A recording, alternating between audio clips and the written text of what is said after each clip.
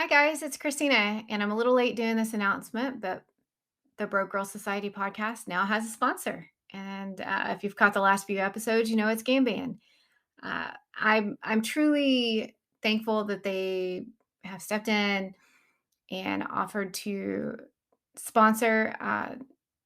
It's not, it's not every day you get to connect with a company like that. Jack is a wonderful human being, and just the simple fact that Gamban was built by people who have experienced gambling harm, and they truly want to stay ahead of the curve and keep adding products and things like that to keep us safe, and especially for those who are struggling with gambling harm. So if you don't know what Gamban is, it's software that you download to all your devices that will block online gambling sites. It's a great way to help you build barriers and roadblocks while you're building your recovery. It gives you some space and some time away from, the temptation of online gambling. So you can also check out my earlier podcast with Jack as he explains how the company was built and kind of just some things that are going on in the gambling harm community. So it's a great episode. And again, we appreciate that they're stepping in. They also sponsor the Bet Free Life, which is the YouTube show that I do with Brian Hatch from the All In the Addicted Gamblers podcast.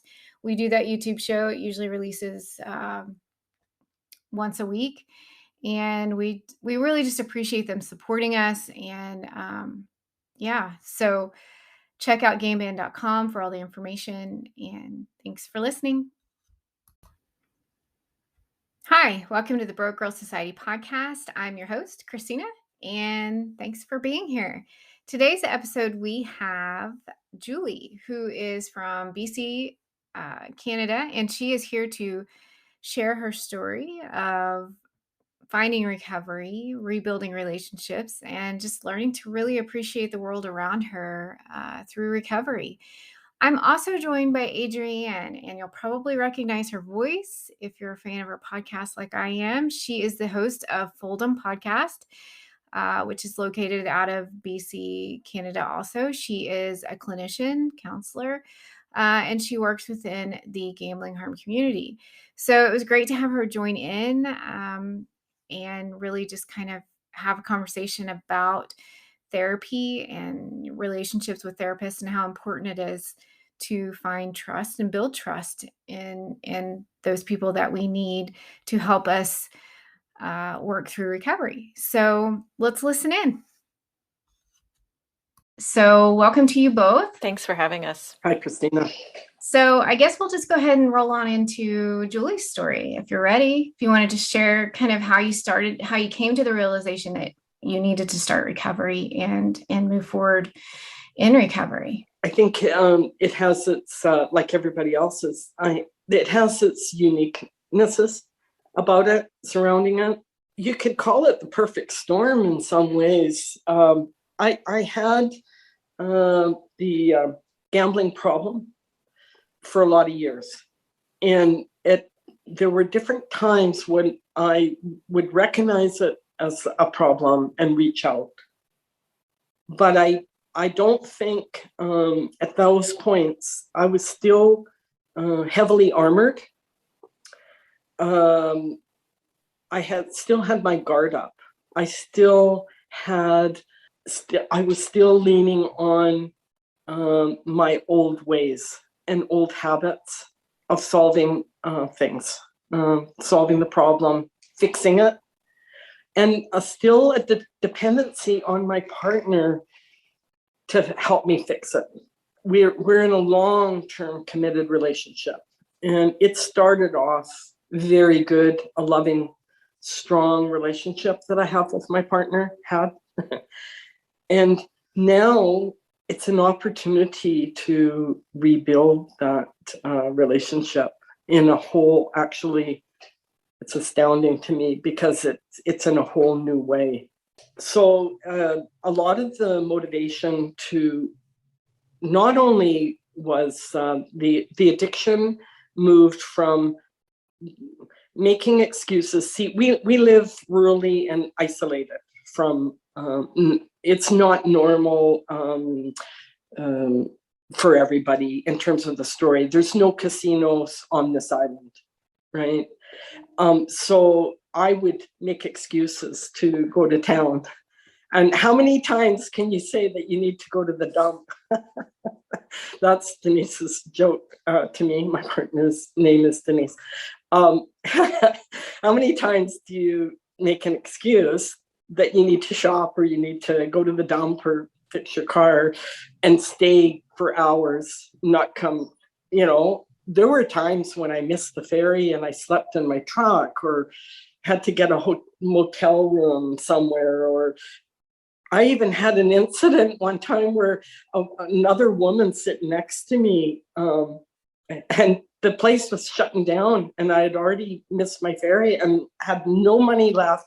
And this woman offered me a room to stay, and it was and I was determined the next day to go in and exclude. I remember that was a big crossing point. That was I think that was the first time about 10 years ago, 9 years ago now. But that was a crossing point. I had crossed some kind of line where it was starting to fall apart.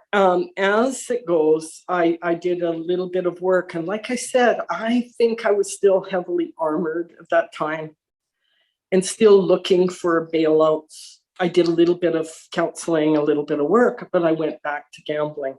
And each time I found myself back, the addiction was worse. I was quite aware that the compulsion and the wired inness and the total focus of that activity was building.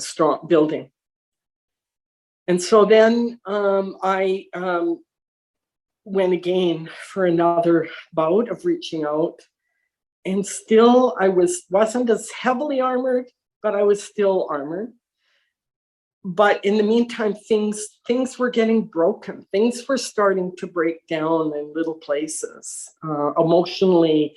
And I was still drinking. I'm not an alcoholic per se, but drinking was becoming more and more in my life.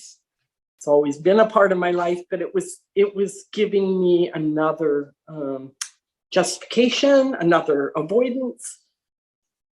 So that was there. And in the meantime, my partner was struggling with her own addiction and her own depression. And it was getting worse and worse. And I excluded. And when you exclude in BC, you're excluded in the casinos and online. But I broke a promise that I made a long time ago. I promised my partner that I would never, ever gamble online. Because the compulsion and the addiction was settling in, it was scary at first, but I discovered some online gambling sites, and I had that in my pocket for a couple of years. And that was the big secret. I was doing it without telling anybody. Not my family. Like my family were always sort of there. They were aware that this has been my issue, and they've been as loving and supportive as possibly can be. With the being online and isolated like we are, it went sideways very quickly. And the shame for me, a lot of the shame for me and guilt is how dare I ruin. We Denise and I have had we've been hardworking people. We come from hardworking backgrounds and made a lot of sacrifices and to be where we're at. And how dare I take it down so recklessly, so carelessly, tear it down. And in the meantime, my partner was suffering greatly. I didn't take the finances, and because Denise, we had such a strong loyalty to each other, Denise is really good about keeping secrets. It's not like she talked about me to anybody else. She never did that. I'm not so good at that. But she was very loyal to me, and in the background, and so was quietly absorbing all of this.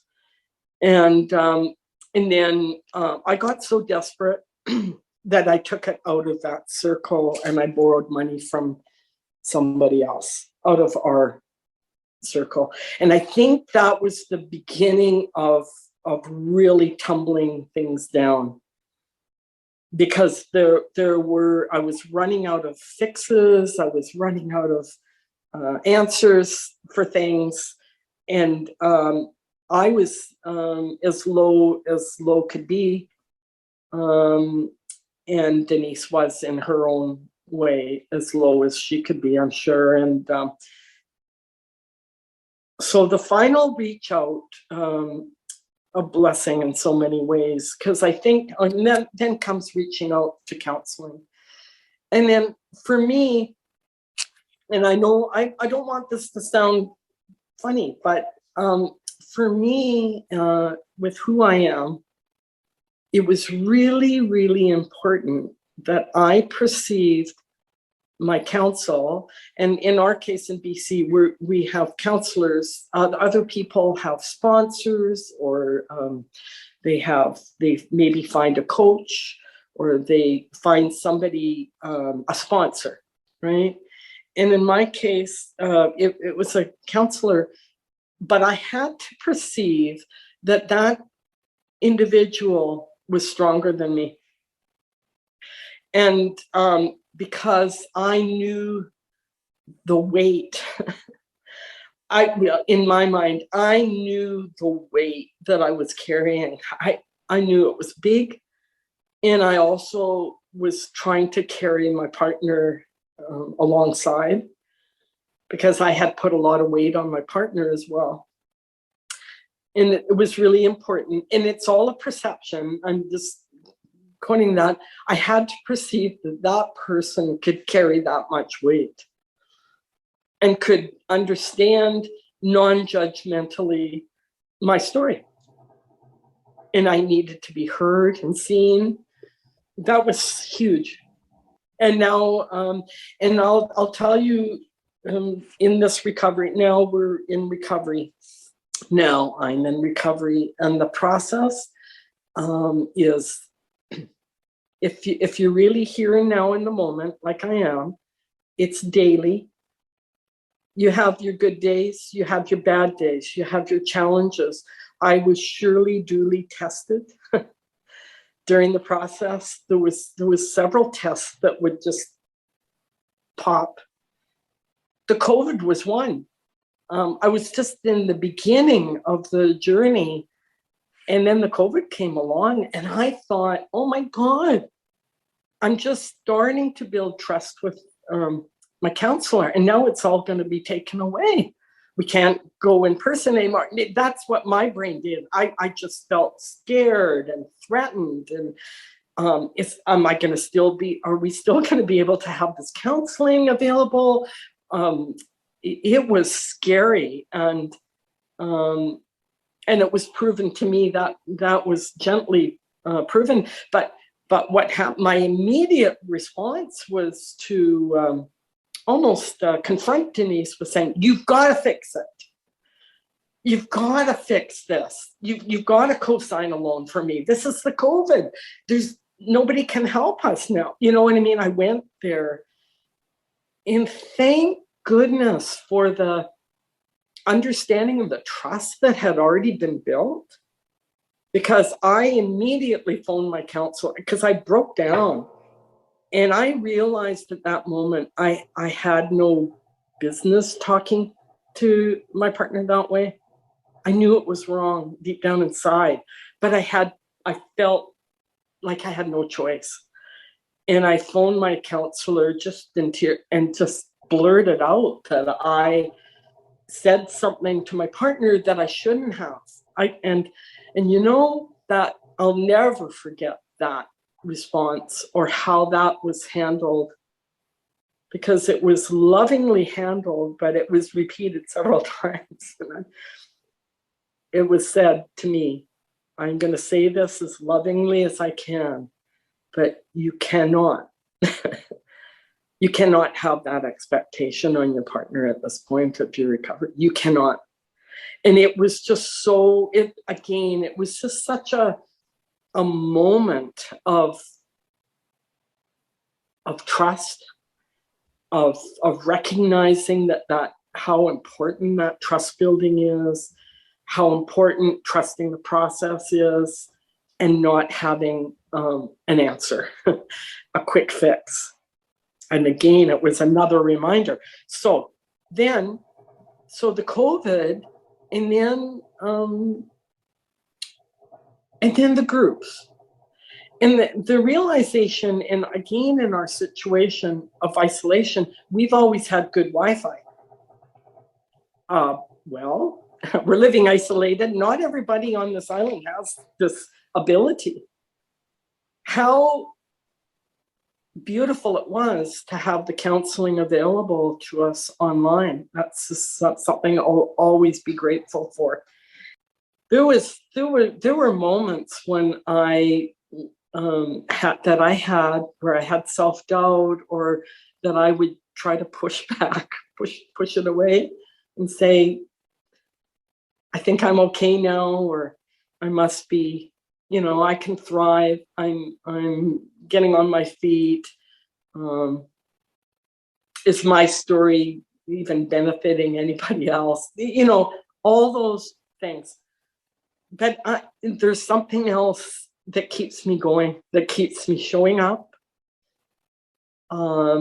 Inspirational moments, inspiration finding that I find in another story, or inspiration that I find just in a daily moment. Because now that I'm in recovery, this is how I decided it was this morning. It's like a very gentle waking up. And every morning that I wake up, I see something that I didn't see before. And sometimes it's a nice new discovery. It's a surprise. But getting back to recovery, now it's moments and challenges that can happen out of the blue every day that can catch you off guard. I'm sitting with emotions that I didn't even know I had before.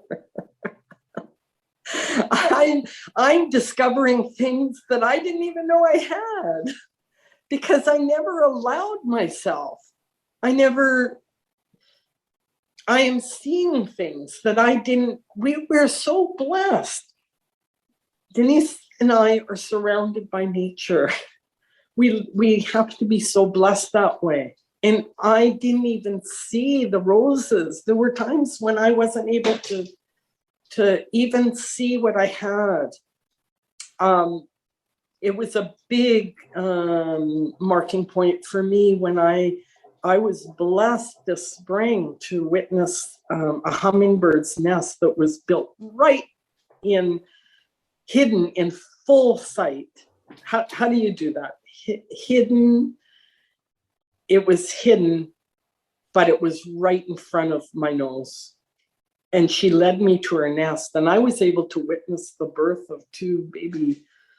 It was just astounding to me. If I were in another place, I would not have seen that. I would have not been led to that beauty, that profound experience. It just was so profound. So if you want to leave on that note, I don't know how much more to express. And the practice of gratitude has been ever so important, because it changes things so much. And the trust building that I have, I trust Adrienne. I trust my counselor. I trust the intentions of all the counselors and all the care that they put into the programs, because they want to see us live our best lives, because they believe in change, I think. And I had to start believing in change, that I can change, that, and it's never too late. At my age, I could easily have said at my age, oh, it's too late. I mean, what's there to change now? I'm already 60, going on 69. No, Never no, too no, no, late. no. Never That's too so late. wrong.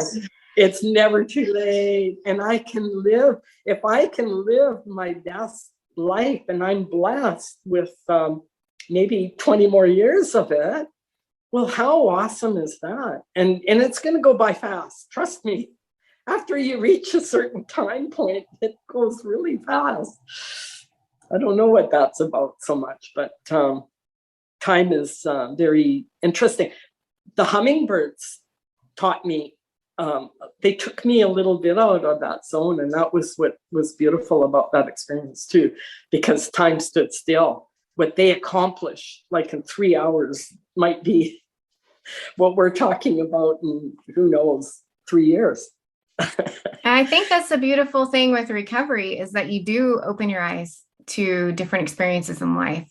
Because I remember myself, whenever I was real heavy in my addiction, it was like everything was blurred beside me, kind of like that tunnel vision. Everything else was just a blur in life. And all I could think about was just my troubles from gambling. How do I gamble? How do I get the money to gamble? All these things where it was just like this constant, my world revolved around gambling. And it didn't, even though I had all these beautiful things surrounding me, family, home, life, I couldn't focus on them either. And so it's great to hear you talk about those beautiful things that you're starting to recognize in recovery.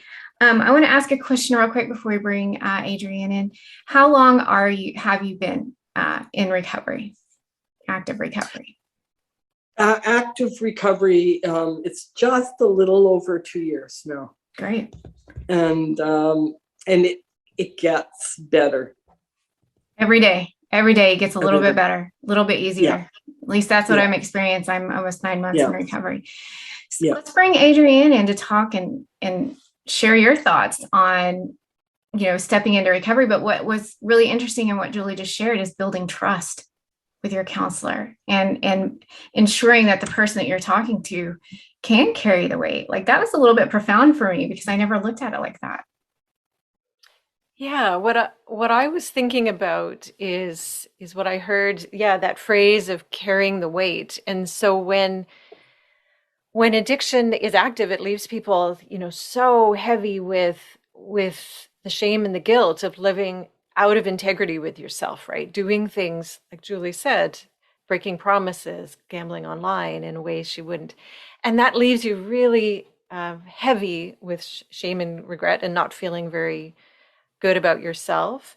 And so in the beginning, I think what is so needed is just the relief, the initial relief that can come from handing that stone over to somebody else, whether it's a counselor or it's reaching out to a GA meeting or opening up to somebody in your life, having somebody else hold that stone with you. And initially too, the relief that comes from not having the secrets be held on your own. And so the emotional, I think, relief just comes from that act of whichever way you move forward, of bringing somebody else in with you, asking for help, sharing the secret and the story. And I just see the relief that comes. People's shoulders go down. And it's a tricky business, because you've got to pick the right person to do that. And sometimes it doesn't go as you hoped. And so then it's the tricky business of carrying on and finding somebody else.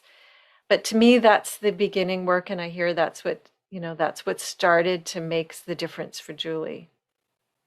Yeah, for me, it was that moment when I shared with my mom. I brought my mom into my addiction. I had a breaking moment. I had been gambling for 15 years, and I had a moment where I lost my paycheck the same day I got it, and I get paid once a month. So it was a devastating loss.